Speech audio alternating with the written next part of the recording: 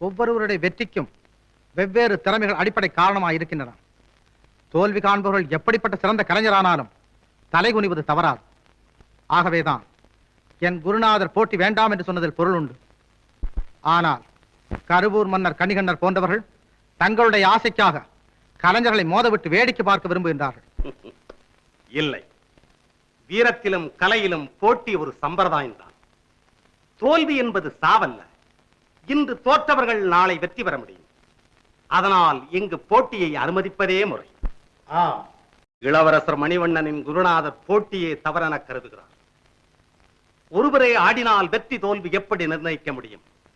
மற்றவர்கள் போட்டியிட வேண்டும். அதில் வெற்றி பெற்றவரை தேர்ந்தெடுக்க வேண்டும். ஒவ்வொருவருடைய வெற்றிக்கும் வெவ்வேறு திறமைகள் அடிப்படை காரணமாக இருக்கின்றன. தோல்வி காண்பவர்கள் எப்படிப்பட்ட சிறந்த கலைஞரானாலும் தலைகுனிவது தவறாது. ஆகவேதான் என் குருநாதர் போட்டி வேண்டாம் என்று சொன்னதில் பொருள் உண்டு.